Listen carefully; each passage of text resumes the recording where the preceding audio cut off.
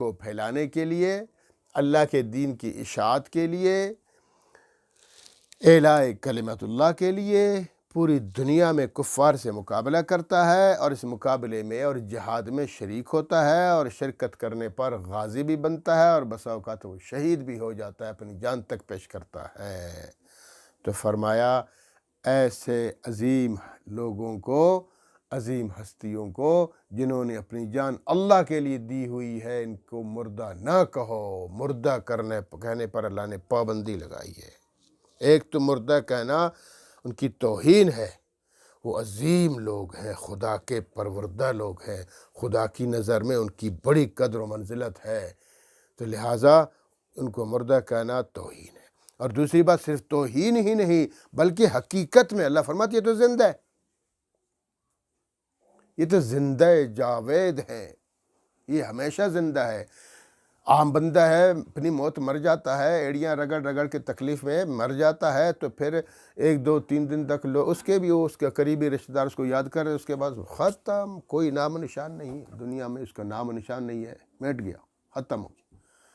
لیکن جو شہید ہوتا ہے اللہ کی راہ میں، اس کو تو اللہ پاک زندہ رکھتے ہیں، لوگوں کے دلوں میں، لوگوں کے دماغ میں، جناب زندہ ہے، پھر تاریخی کتابوں میں ان کا نام آتا ہے۔ دیکھو آج کیا ہے، عمر بن عبدالعزیز کا نام کتنا زندہ ہے، فاروق اعظم کا نام دنیا میں زندہ ہے، خالد بن ولید کا نام زندہ ہے، عثمان غنی کا نام زندہ ہے، علی المرتضیٰ کرم اللہ وجہہ کا نام زندہ ہے، سیدنا حسین کا نام زندہ ہے، سیدنا ابوبکر صدیق، سارے صحابہ کرام عظیم ہستیوں کے نام دنیا جو اسی کو تو زندہ جاوید کہتے ہیں۔ یہ لوگ زندہ ہیں، میرے دماغ میں زندہ ہے، میرے دل میں زندہ ہے، آپ کے دل میں زندہ ہے، پوری دنیا میں لوگوں کو کتابوں میں زندہ ہے، ہم لوگ پڑھتے ہیں، ان کی مثالیں دیتے ہیں، یہ وجہ بھی ہے، اور حقیقی طور پر بھی زندہ ہے۔ بھائی حدیث پاک میں وضاحت ہے کہ بھائی شہید کو مردہ، اب یہاں قرآن نے کہہ دیا نا شہید کو مردہ نہ کہو، حدیث میں ہے شہید جب شہید ہوتا ہے، جب شہید کو دفنا دیا جاتا ہے، ظاہری طور پر تو ہم سے وہ الگ ہو گئے، جدا ہو گئے، لیکن اللہ رب العالمین برزخی زندگی میں اس کو ایسی زندگی عطا فرمائیں گے جس کا شعور ہمیں تو نہیں ہے۔ قرآن نے خود کہہ دیا نا، وَلَٰكِن لَا تَشْعُرُونَ، اس زندگی کا شعور تمہیں نہیں ہے، تم سمجھ نہیں پاتے ہو کہ وہ کیسی زندگی ہے، لیکن وہ زندہ ہے۔ کیسے زندہ ہے؟ تو اب زندہ کیسے ہے؟ حدیث پاک میں جیسے میں نے عرض کر دیا کہ وہ زندہ اس طرح سے ہے کہ ایک مثال، یعنی قرآن تو کہتا ہے تمہیں شعور نہیں، ہمیں سمجھانے کے لیے حدیث پاک میں ہے کہ شہید کے جسم کو مٹی نہیں کھا سکتی۔ آپ سالوں بعد ہم دیکھتے رہتے ہیں، بس اوقات وہ ہمارے اس ایریا میں ایک مسجد ہے، اس کا نام ہے مسجد شہید، وہاں 3 شہداء نکلے۔ جب کھدائی ہوئی مسجد کو، ابھی لوگوں کو تو پتہ نہیں تھا، مسجد چھوٹی سی تھی، وہ مسجد کی توسیع کر دی گئی کہ میں مسجد توسیع کریں گے، کافی لوگ ہیں، آبادی بڑھ گئی ہے، تو جناب جب وہ توسیع کرنے کے لیے کھدائی کی گئی، کھدائی کرتے کرتے جناب وہاں سے خون برآمد ہوا، اچانک پہ انہوں نے احتیاط کے خیال کرو، دیکھا وہاں 3 اجسام تھے، بالکل صحیح سلامت، کچھ بھی نہیں، چہرے حشاش بشاش، بال بھی اسی طرح صاف صفاف، اور کفن تک کو کچھ نہیں ہوتا، کفن بھی میلا نہیں ہوتا۔ ہاں، محمد کے غلاموں کا کفن میلا نہیں ہوتا۔ یہی تو ہے بھائی، جو لوگ اپنی زندگی کو اللہ کے احکامات کے مطابق گزاریں گے، نبی پاک صلی اللہ علیہ وسلم کی اطاعت کے مطابق، تو اللہ رب العالمین کو ایسے لوگ بڑے پیارے ہیں کہ ان کے جسم کو بھی اللہ ان کی حفاظت فرماتے ہیں، جسموں کی مٹی کو بھی حکم کرتا ہے کہ تم اس کو نہیں کھا سکتے، کیڑے مکوڑے بھی قریب نہیں آ سکتے ہیں۔ اللہ رب العالمین ہمارے اجسام کی بھی حفاظت فرمائے۔ تو فرمایا شہداء کے جسم کو مٹی نہیں کھا سکتی، وہ اسی طرح۔ تو بھائی شہید، اور شہید سے بڑھ کر جو علماء ہے وہ تو شہید سے بھی بڑھ کر ہے، جو اولیاء ہیں تو ان سے بھی بڑھ کر ہیں، وہ صحابہ کرام ہیں تو ان سے بھی بڑھ کر ہیں، انبیاء تو سب سے اعلیٰ و ارفع ہیں۔ تو یہ سب وہ اللہ کی عظیم ہستیاں ہیں کہ ان پر جیسے دنیا میں مٹی پر ان کا جسم حرام ہے کہ مٹی ان کو نہیں کھا سکتی، تو جہنم بھی ان پر حرام ہے کہ یہ جہنم میں بھی نہیں جا سکتے انشاءاللہ۔ تو اس لیے فرمایا کہ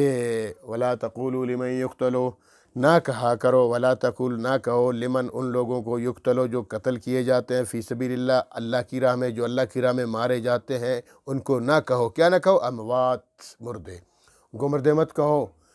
اللہ رب العالمین کے نیک بندے ہیں، یہ اللہ کے اتنے پیارے ہیں کہ اللہ نے لوگوں کو منع کر دیا، خبردار لوگوں،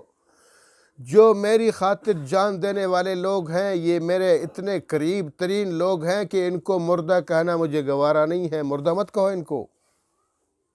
بل احیاء، یہ تو زندہ ہیں، حقیقی طور پر بھی زندہ ہیں، معنوی طور پر بھی زندہ ہیں، اور ظاہری طور پر بھی تو جمتے کو ان کو کئی دفعہ ہو جاتا ہے بھئی، ان کے اجسام باہر آ جاتے ہیں، اسی طرح ہزاروں سال گزر چکے ہیں، ان کو سینکڑوں سال گزر چکے ہیں، جسم صحیح سلامت ہے، وَلَٰكِن لَا تَشْعُرُونَ، لیکن تمہیں ان کی زندگی کا شعور نہیں ہے، تم اس زندگی کو سمجھ نہیں پاتے ہو، کیوں؟ اس کی وجہ یہ ہے نا، دیکھ میں آپ کو ایک مثال دیتا ہوں کہ جب چھوٹا سا بچہ پیدا ہوتا ہے رونے لگتا ہے، کیوں روتا ہے؟ وہ ماں کے پیٹ میں بڑا خوش ہے کہ بھئی وہاں خوراک مل رہی ہے اس کو، ساری سہولیات ہے، نہ ٹھنڈ ہے نہ گرمی ہے، بس آرام سے، کبھی وہاں تو نہیں روتا، جیسے ہی پیدا ہوتا ہے رونے لگ جاتا ہے، کیوں؟ رزق چھین لیا گیا اس سے، وہ اس کا جو بہترین اللہ پاک نے اس کو موسم دیا تھا وہ چھین لیا گیا اس سے، بس ادھر آ کے رونے لگتا ہے، کیوں؟ وہ سمجھتا ہے کہ یہ دنیا ماں کے پیٹ سے اچھی نہیں ہے، وہ دنیا اچھی ہے، ماں کے پیٹ والی دنیا وہ صحیح ہے،